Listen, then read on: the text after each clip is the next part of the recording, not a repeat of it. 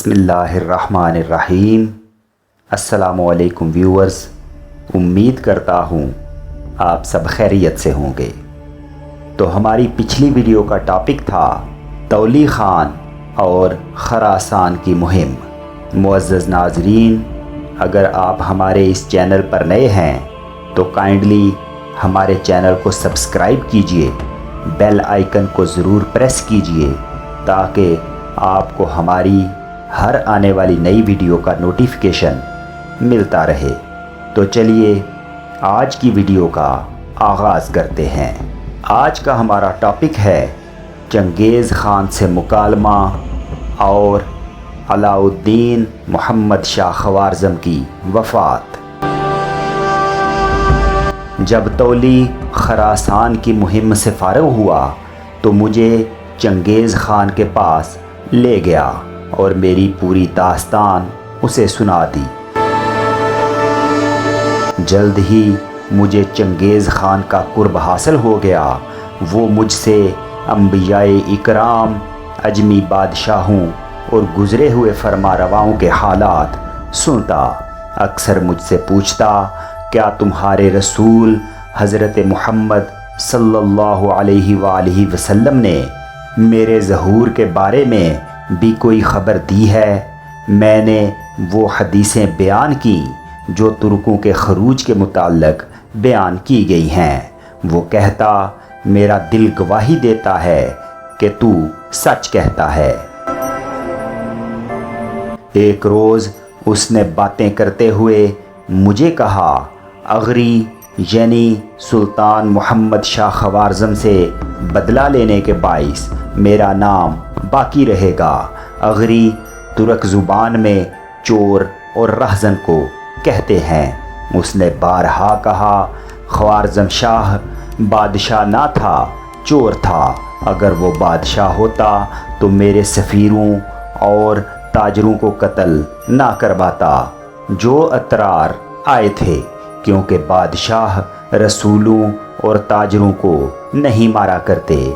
میرے دل نے کہا، تو کیا یہ بادشاہوں کی شان ہے کہ وہ بے گناہ مخلوق کے خون سے ہاتھ رنگیں؟ جب اس نے مجھ سے پوچھا، آیا میرا نام عظمت کے ساتھ باقی رہے گا؟ میں نے ادب سے کہا، اگر مجھے جان کی امان دی جائے تو ایک بات عرض کروں۔ بولا، تجھے امان ہے۔ میں نے کہا، نام وہاں باقی رہتا ہے جہاں مخلوق موجود ہو۔ جب خان کے کارندے ہر جگہ مخلوق کو موت کے گھاٹ اتار رہے ہیں تو نام کیوں کر باقی رہے گا؟ میری زبان سے یہ کلمہ نکلا تو چنگیز خان نے تیر کمان ہاتھ سے پھینک دیے۔ حد درجے غصے میں آ گیا۔ میں نے کلمہ پڑھ لیا کہ اب جان گئی۔ میرے کان اس کی زبان کی جنبش پر لگے تھے۔ وہ میری طرف پلٹا اور بولا، میں تجھے عقل مند اور ہوشیار آدمی سمجھتا تھا، مگر تو عقل میں کامل نہیں ہے اور تیرا تصور محدود ہے۔ میری خون ریزی اور بربادی صرف ان مقامات تک محدود رہی جہاں اغری یعنی خوارزم شاہ کے گھوڑے کا پاؤں آ چکا تھا۔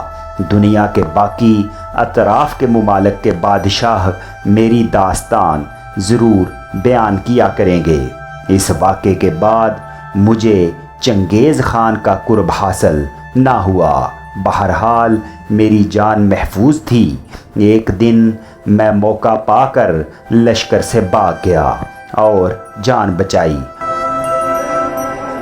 منگول عقاب کی طرح اپنے شکار محمد خوارزم شاہ پر جپٹ رہے تھے اور شکار آگے آگے بھاگتا چلا جا رہا تھا۔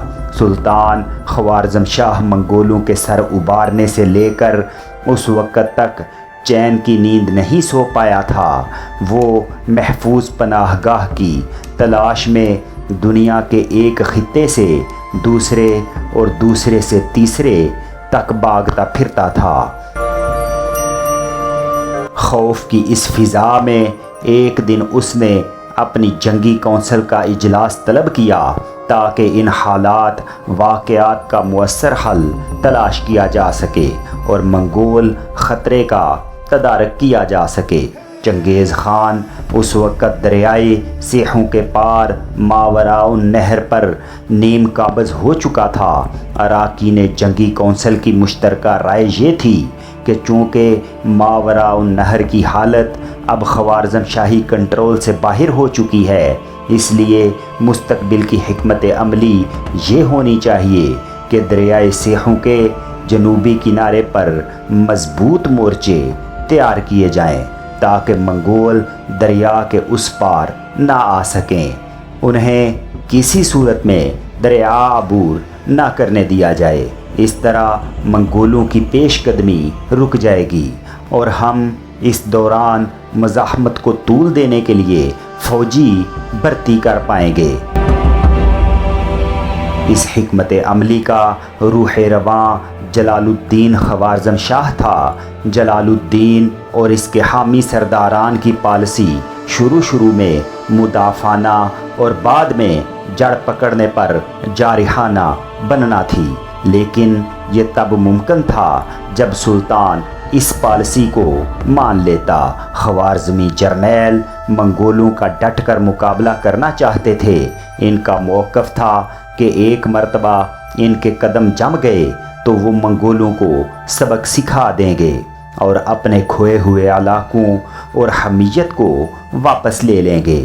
وہ اس حد تک اپنے موقف پر ڈٹے ہوئے تھے کہ انہوں نے محمد خوارزم شاہ کو یہاں تک پیشکش کر دی کہ اگر وہ منگولوں کے خلاف سپاہ کی کمان نہیں کرنا چاہتا تو اندرون ملک مزید فوج کی بھرتی کے لیے روانہ ہو جائے اور کمان جلال الدین کے حوالے کر دے۔ لیکن کوئی مشورہ سلطان کا دل نہ جیت سکا، نہ وہ خود چنگیز خان کے سامنے سیسا پلائی دیوار بننے کو تیار ہوا اور نہ کسی کو ایسا کرنے کی اجازت دی۔ کافی بحث و تمحیص کے بعد سلطان نے ہندوستان کی طرف نکل جانے کا ارادہ ظاہر کیا تاکہ وہاں قسمت آزما سکے۔ چنانچہ وہ ہندوستان کی طرف روانہ ہو گیا، لیکن ابھی بلخ بھی نہ پہنچ پایا کہ وطن کی ہواؤں کی یاد ستانے لگی اور وہیں سے واپس پلٹ پڑا۔ راستے میں شہزادہ رکن الدین کا پیغام ملا کہ سلطان اگر مناسب سمجھے تو عراق تشریف لے آئیں۔ جلال الدین نے پھر کوشش کی کہ منگولوں کے خلاف زوردار مہم کے لیے سلطان کو رضامند کرے، لیکن سلطان نہ مانا۔ اس نے درباری نجومیوں کو طلب کر لیا اور ان سے مستقبل کی پیشین گوئی پوچھی۔ انہوں نے سلطان کو منگولوں سے دور رہنے کا مشورہ دیا، ورنہ اس کی جان بھی جا سکتی تھی۔ اس پیشین گوئی نے سونے پر سہاگے کا کام کیا۔ سلطان جو پہلے ہی منگولوں کے ڈر سے بھاگا پھر رہا تھا، اس واقعے کے بعد یہ خیال سلطان کے ذہن میں پختہ ہو گیا کہ وہ مغلوں سے دو بدو کبھی لڑائی نہیں لڑے گا اور نہ اس کی طرف سے کوئی لشکر منگولوں کے سامنے سینہ سپر ہوگا۔ سلطان کی اس ہٹ درمی نے اس کے جرنیلوں کو نفسیاتی مریض بنا دیا تھا۔ بزدلوں کی طرح بھاگ بھاگ کر ان کی ذہنی حالت بھی بگڑ چکی تھی اور وہ بے بسی کی تصویر بنے نظر آتے تھے۔ اسی اثناء میں خبر ملی کہ بخارا بھی منگولوں کے قبضے میں چلا گیا ہے۔ انا للہ و انا الیہ راجعون۔ اس خبر نے سلطان کے اعصاب شل کر دیے۔ سلطان کی فوج میں شامل ترک دستے جو اپنی بہادری اور جوانمردی میں مشہور تھے، سلطان کے بزدلانہ فیصلوں کے حامی نہ تھے۔ ان کی صفوں میں مسلسل بے چینی تھی۔ آخر انہوں نے خفیہ طور پر فیصلہ کیا کہ کمزور سلطان سے نجات حاصل کی جائے۔ معاملہ حد درجہ رازداری میں تھا، لیکن سلطان محمد خوارزم شاہ کا قائم کردہ جاسوسی نظام جاگ رہا تھا۔ اس کی خفیہ سروس کی بروقت اطلاع پر سلطان خاموشی سے خیمے سے نکل گیا اور ترکوں کو کانوں کان خبر نہ ہوئی۔ انہوں نے اپنی سکیم کے مطابق سلطان کے خیمے پر تیروں کی بارش کر دی۔ سلطان کا حفاظتی گارڈ، جسے بے خبر رکھا گیا تھا، ترک تیروں سے چھلنی ہو گیا۔ اپنا کام ختم کر کے وہ انہی قدموں پر اپنے خیموں میں واپس چلے گئے۔ انہیں اطمینان تھا کہ سلطان زندہ نہ بچا ہوگا۔ اگلی صبح جب سلطان نے اپنے شاہی خیمے کی حالت دیکھی تو سخت متفکر ہوا۔ اس کا اعتبار اپنے لشکریوں پر سے اٹھ گیا۔ دوسری جانب سازش کرنے والے ترکوں نے جب سلطان کو زندہ سلامت پایا تو سمجھ گئے کہ اب جان کی خیر نہیں، سلطان کسی صورت معاف نہیں کرے گا۔ چنانچہ سلطان کا ساتھ چھوڑ کر چنگیز خان کی فوجوں کے ساتھ مل گئے۔ ویسے تو چھوٹے بڑے واقعات انسان کی زندگی میں رونما ہوتے ہی رہتے ہیں، لیکن کئی واقعات اپنے نقوش چھوڑ جاتے ہیں اور جن کے نتائج انمٹ ہوتے ہیں۔ جب سلطان تخت خوارزم پر رونق افروز ہوا تو اسے اپنی والدہ ترکان خاتون کی امور سلطنت میں بے جا مداخلت کا سامنا تھا۔ وہ جانتا تھا کہ اس کی والدہ کا سلطان محمد کے والد سلطان تکش کے زمانے سے امور سلطنت میں نمایاں کردار رہا تھا۔ اس کی پوزیشن سلطان تکش کے مقابلے میں ہمیشہ سے برتر رہی تھی۔ سلطان محمد خوارزم شاہ نے اپنی والدہ کی اتھارٹی میں کمی محسوس کی تھی، جسے وہ ہرگز پسند نہ کرتا تھا۔ سلطان تکش ترکان خاتون کی مضبوط قبیلہ جاتی حیثیت کی وجہ سے خاموش تھا، لیکن سلطان علاء الدین محمد خوارزم کسی دباؤ کو خاطر میں لانے کا قائل نہ تھا۔ ماں بیٹے کی سوچ کے اس نظریاتی فرق نے ان کے درمیان انبن کو جنم دیا تھا۔ اس شکر رنجی نے دشمنوں اور بدزنوں کو فائدہ اٹھانے کا موقع دیا۔ ایسے ہی بدزنوں میں ایک شخص کا نام بدر الدین عمید تھا۔ یہ والی طبرستان تھا اور سلطان محمد خوارزم شاہ سے ناراض تھا۔ سلطان نے بدر الدین کے 2 قریبی رشتہ داروں کو مروانے کا حکم دیا تھا۔ جب بدر الدین کو ترکان خاتون اور اس کے بیٹے محمد خوارزم کے درمیان ناچاکی کی اطلاع ملی تو اس نے اس صورتحال سے اپنا مفاد نکالنے کی کوشش کی۔ وہ چنگیز خان کے دربار میں حاضر ہوا اور اسے تمام صورتحال بیان کرتے ہوئے اپنی وفاداری کا یقین دلایا۔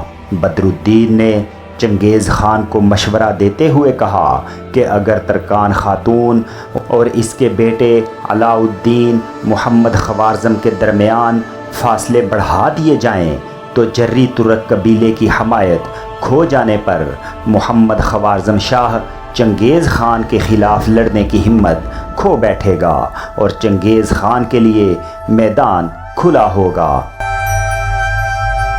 ایک سکیم کے تحت ایک خط جو ترک قبیلے سے منسوب تھا ایک قاصد کے ہاتھ روانہ کیا گیا اور اس طریقے سے بھیجا گیا کہ خوارزم شاہ کا کوئی آدمی اس خط کو پکڑ لے۔ خط سلطان کے پاس لے جایا جائے گا اور وہ اس سازشی خط کے مندرجات کو پڑھ کر اپنے ننیال سے متنفر ہو جائے گا۔ دوسری طرف اپنی طرف اٹھنے والی انگلی کی وجہ سے ننیال کو یقین ہو جائے گا کہ یہ خوارزم شاہ کی کارستانی ہے اور انہیں رسوا اور زمانے میں بدنام کرنے کے لیے یہ کہانی گڑھی گئی۔ نتیجتاً ترک قبیلہ سلطان کی مدد سے ہاتھ کھینچ لے گا۔ واقعہ بھی ایسے ہی رونما ہوا اور اس کے بعد ترکوں نے سلطان سے جان خلاصی کرنے کا منصوبہ بنایا، جو سلطان کے جاسوسی نظام کی مستعدی کے نتیجے میں ناکام ہو گیا۔ اس واقعہ کی ناکامی کے بعد ترکوں اور سلطان خوارزم شاہ کے راستے جدا ہو گئے۔ اس صورتحال نے سلطان کی ذہنی حالت مزید خراب کر دی۔ غم و اضطراب کی اس حالت میں اس نے غم بلانے کے لیے شراب نوشی شروع کر دی۔ اس کے وزراء اور امراء بھی اس کے ساتھ در در بھاگ کر تنگ آ چکے تھے۔ انہوں نے صورتحال سے نپٹنے کے لیے سلطان کے سامنے مختلف تجاویز رکھیں، لیکن کسی تجویز نے سلطان پر ذرا اثر نہ کیا۔ اسے بتایا گیا کہ قلعت کا قلعہ مضبوطی اور دفاعی اعتبار سے لاجواب ہے، وہاں جا کر رہنا زیادہ مفید اور محفوظ ہوگا۔ چنانچہ وہ قلعت کے قلعہ کی طرف چلا گیا، لیکن جب اس نے قلعے کی فصیل اور دیوار کا جائزہ لیا تو اسے دفاع کے لیے غیر تسلی بخش قرار دیتے ہوئے نشاپور کی طرف روانہ ہو گیا۔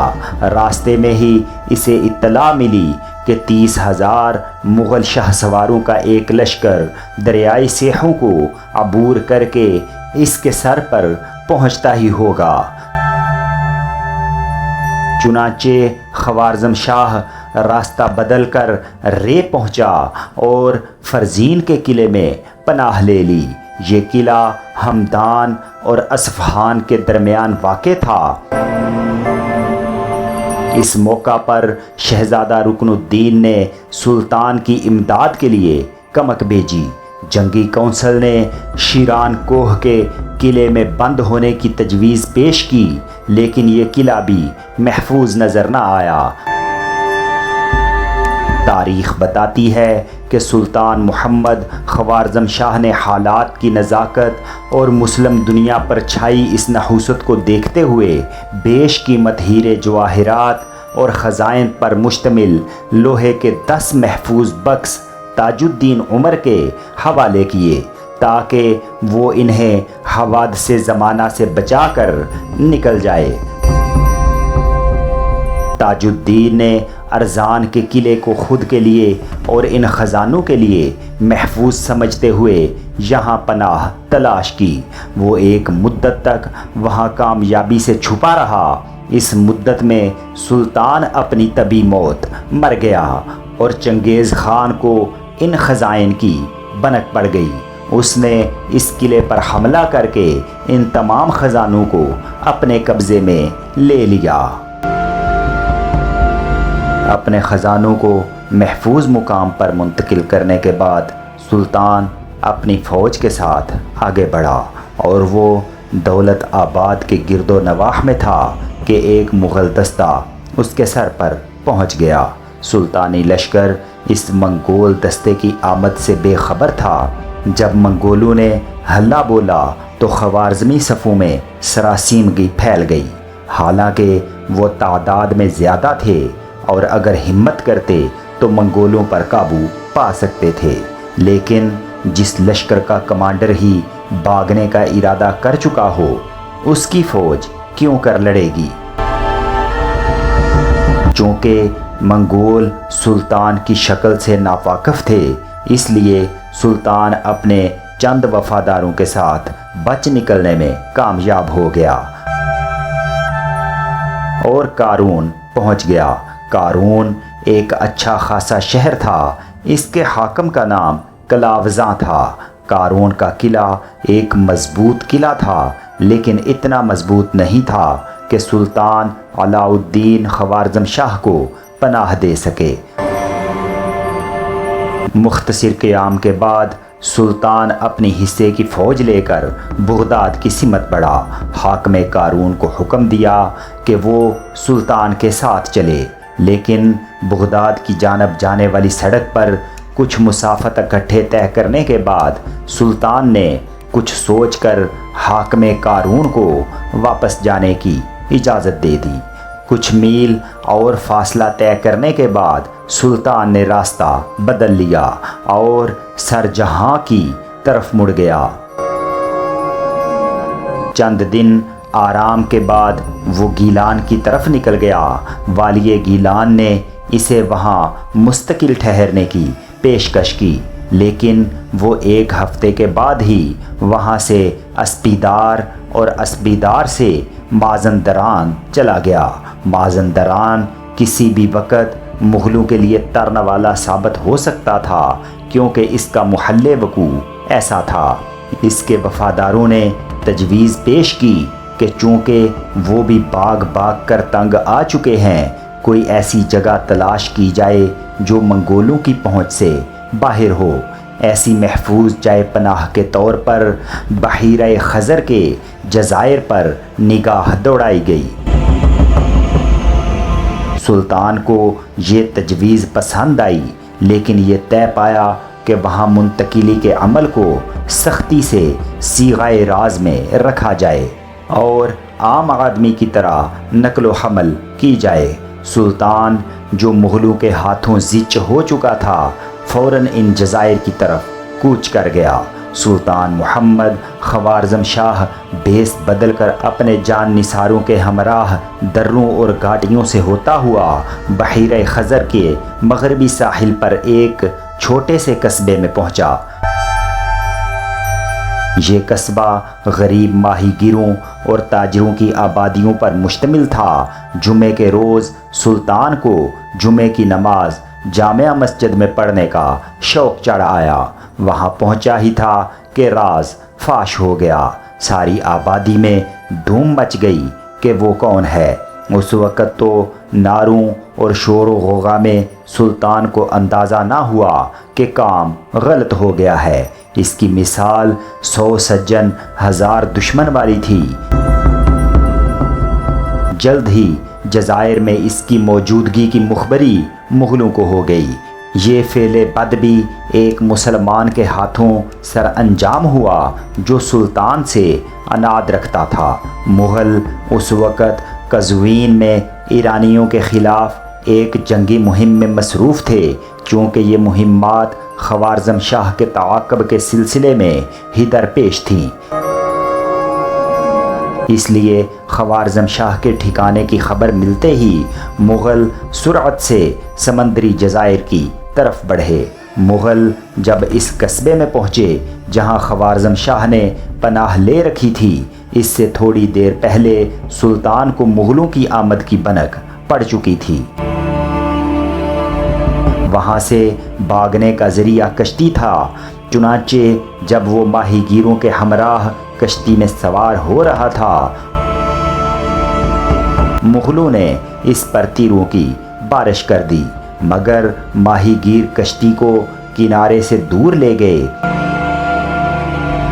منگول اس حد تک اپنے مشن میں سچے اور دھن کے پکے تھے کہ ان میں سے بعض نے جوش میں اپنے گھوڑے پانی میں ڈال دیے اور اس وقت تک تیر کر آگے بڑھتے رہے جب تک پانی ان کے سروں کے اوپر سے نہ نکل گیا اور وہ ڈوب گئے۔